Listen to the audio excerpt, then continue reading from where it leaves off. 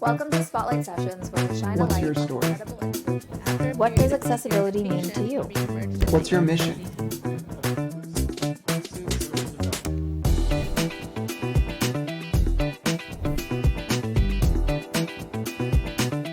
Welcome all to accessiBe's Spotlight Sessions, where we shine a light on incredible individuals and organizations and the work that they do. I'm your host, Josh Basil. I'm a C4-5 quadriplegic, paralyzed below my shoulders, and a power wheelchair user. I'm the Community Relations Manager at accessiBe and a passionate disability rights advocate and trial attorney, focused on breaking down barriers to access and inclusion for people with disabilities. Today on accessiBe's Spotlight Sessions, we're joined by Daniela Bas, the former Senior Director of the Division of Inclusive Social Development at the United Nations Department of Economics and Social Affairs. Welcome, Daniela. Good morning, good afternoon, good evening, depending which part of the world you are, or even in the United States, there are time differences. So I'm so excited to be here and to share with you, like Josh, my personal and also professional experience.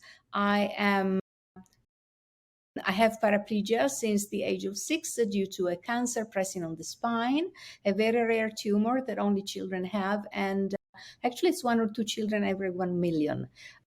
And the possibility of survival is really very, very low, even nowadays.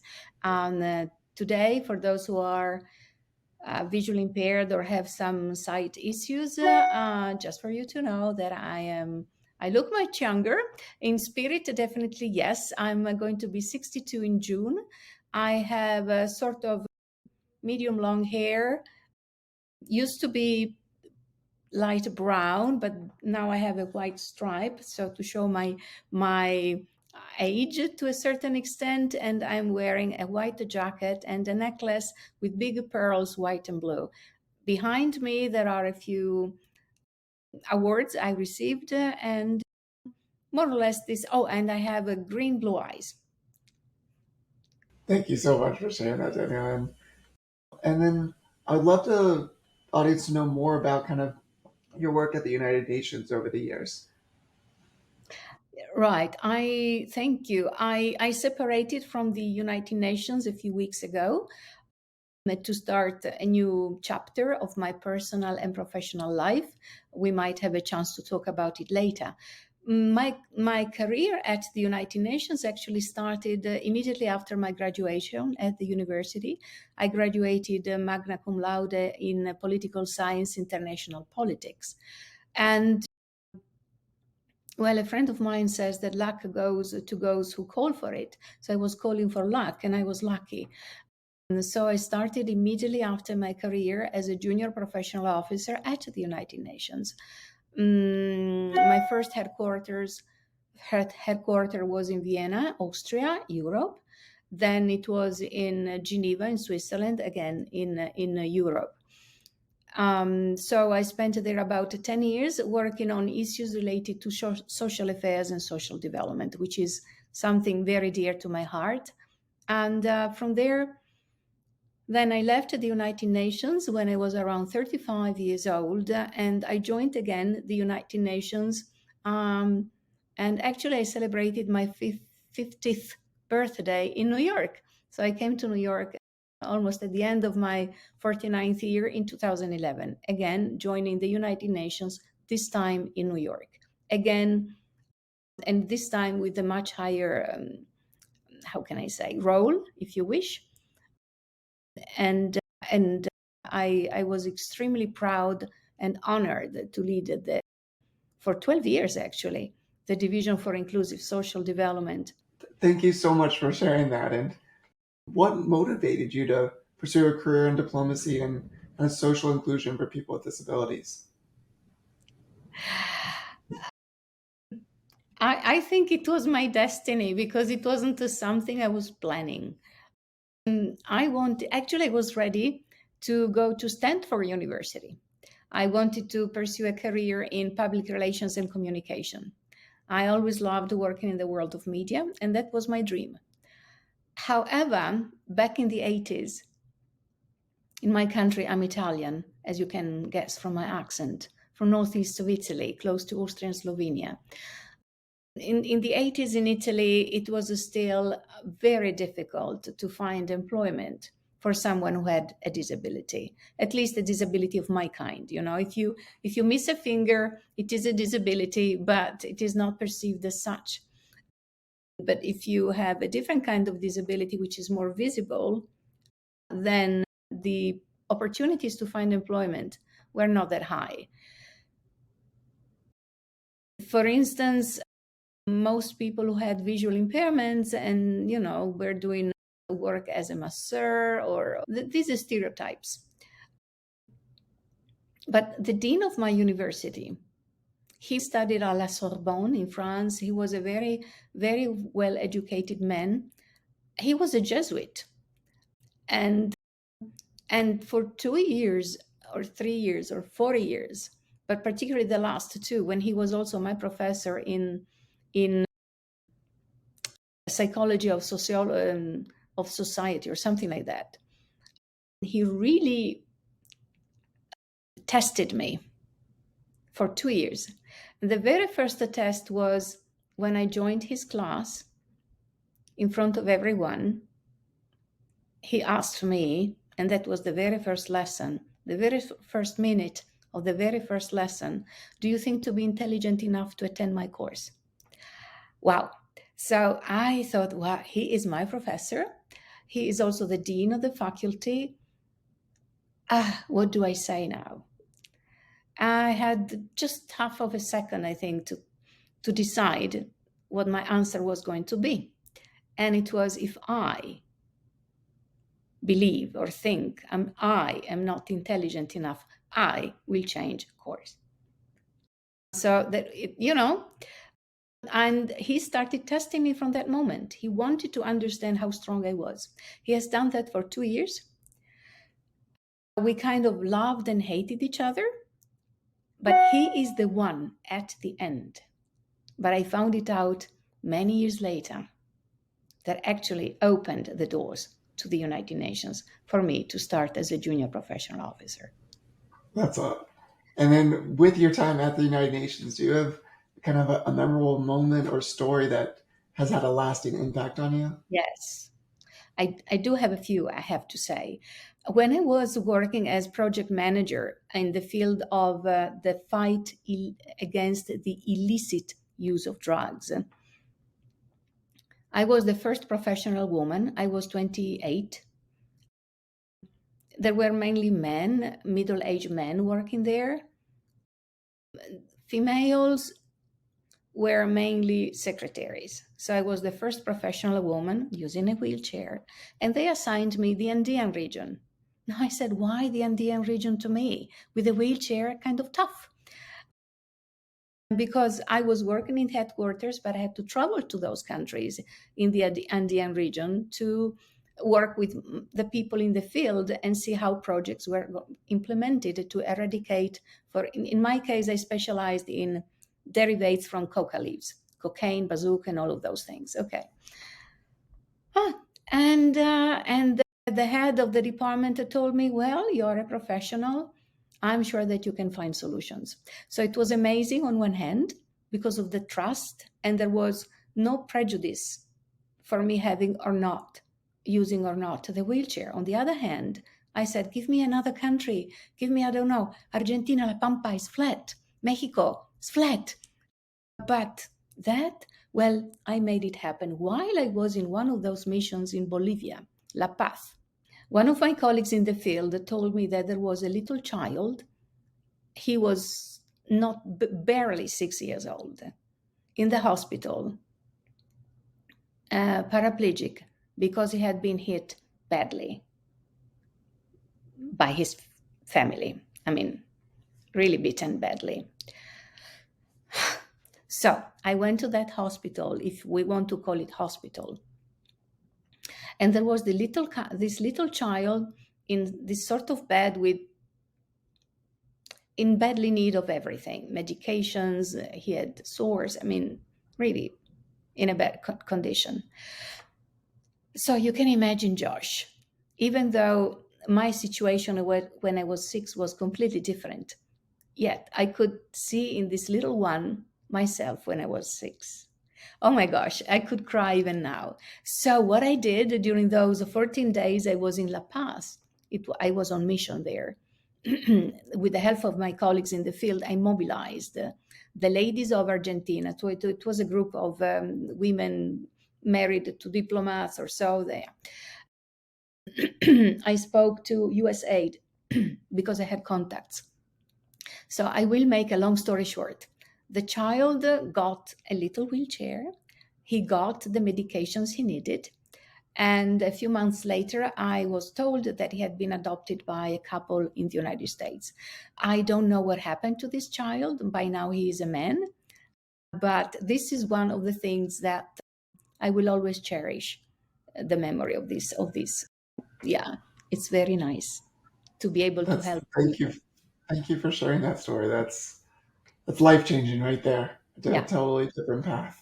yeah. And so, what's next within your career in advocacy?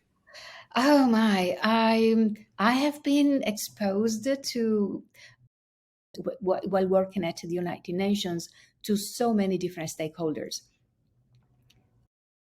from governments to companies to the private sector, NGOs, foundations, media, etc. And I love, how can I say, share my knowledge on anything related to the social dimension of sustainable development. And we know that social economy and environment go hand in hand.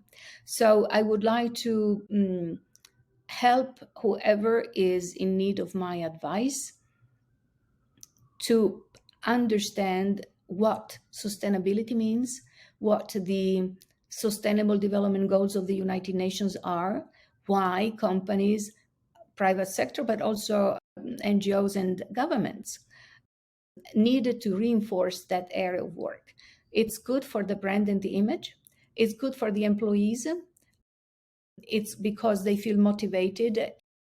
And inclusion and diversity are also part of my work to promote that concept. In the States, inclusion for the time and diversity, I noticed, is mainly when it comes to people belonging to different ethnic groups.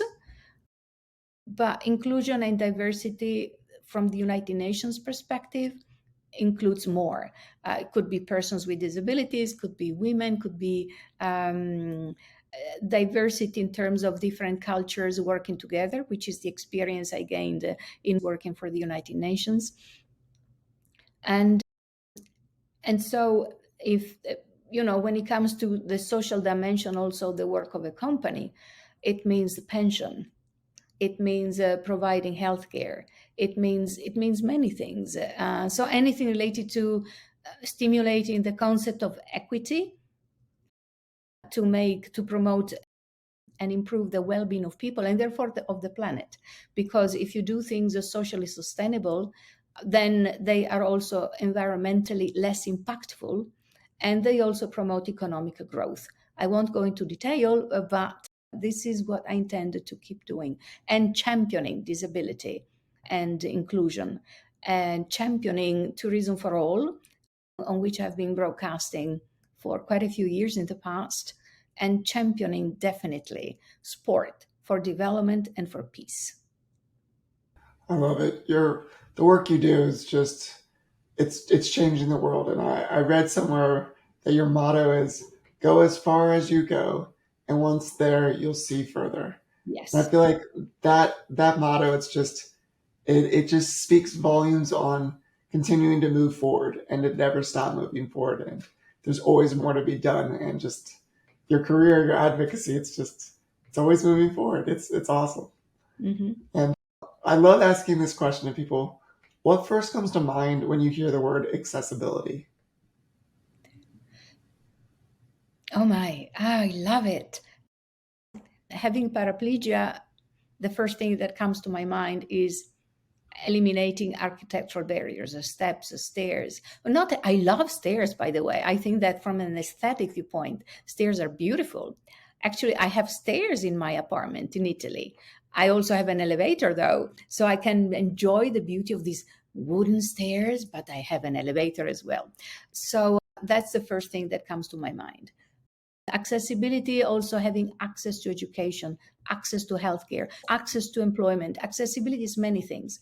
But if I go back to the concept of accessible infrastructures, not only in terms of urbanization or urbanistic, but also in terms of internet, technologies have to be accessible, right?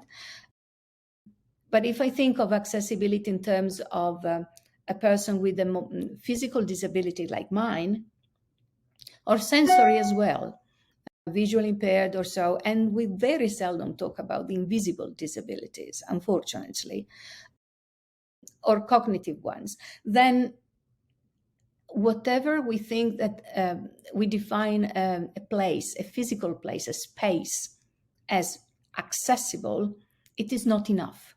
It has to be also usable. And what I mean by that is that if I have access to a museum, but I cannot reach the phone, it's not usable. If I want to visit, let's keep the museum as an example, and I am visually impaired, but I don't have the reproduction of the statue or something or someone, better something, because I don't want to depend on people as less as possible. So to promote the concept of independent living and to be autonomous as much as possible. But as a visually impaired person, if I have no possibility to feel or have described the thing I'm looking at, then yeah, I had access to the museum, but I cannot benefit of what's inside the museum. The same applies to hearing impaired people. And then when it comes to people with cognitive disabilities, sometimes if you explain things or if you prepare a booklet, very simple, with simple images, also these people can benefit of culture and can benefit of the beauty of art, for instance. So I could go on and on, but definitely to have a place accessible, it is not enough. It has to be usable. Usability is such an important part of accessibility. Accessibility can get you in the door, but once you're there, like you said, like how are you going to have the best experiences and the opportunities to benefit from everything around you? I love that. And what's one thing about people with disabilities around the world that you wish more people knew about? That the disability does not define the person. That's the first thing that comes to my mind, Josh. I, Please. no, it's so well said. It's like we're not, the cover of a book or everything there and all the pages in between. But when you have pressures of the society, sometimes also religions or many, many things, the world is big. So depending which country you're traveling, you will notice that there are huge differences in terms of perception, stories, prejudices, and stereotypes about persons with disabilities. And then it can become even tougher if you are a woman in some countries with a disability. So so the only message I can say is you're not defined by your disability, even though sometimes the society pushes you towards a definition that unless you're strong enough and you're surrounded by positive environments in the long run, might also impact the belief on yourself, self-esteem, and yeah, it can be detrimental. And if everyone, also society and people in general, if they could do one bit more, what could we do to make the world a more inclusive place? Maybe because I believe so much in communication.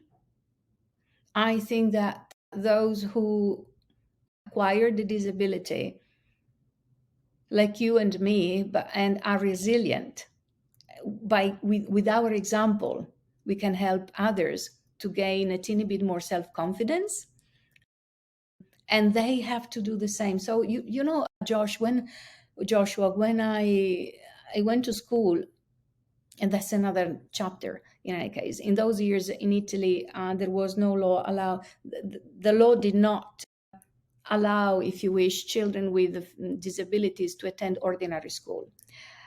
The law passed in the 70s. So finally, when I was 8 or 9 years old, the law passed in Italy where all children go to ordinary school, and if they need a tutor, they're going to be assigned a tutor. So this is wonderful. I was very lucky because my parents fought for me, and they said, through education, we are empowering you, and later on it's your turn to empower others. So I think this is what we have to do, to empower others, to show that life is really amazing, and if given the right tools, then it's up to the person to use those tools.